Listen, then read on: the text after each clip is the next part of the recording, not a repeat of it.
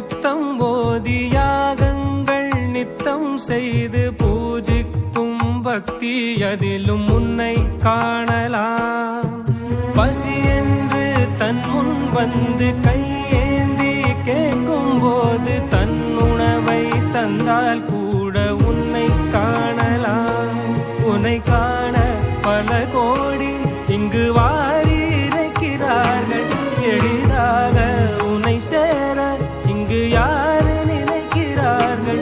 அலங்காரம் அதில் நீ இல்லை, அகங்கார மனதில் இல்லை. துளி கள்ளம் கபடம் கலந்திடாத அன்பில் இருக்கிறாய். உணர்ந்தேன் உனையே உனையே மறந்தேன்.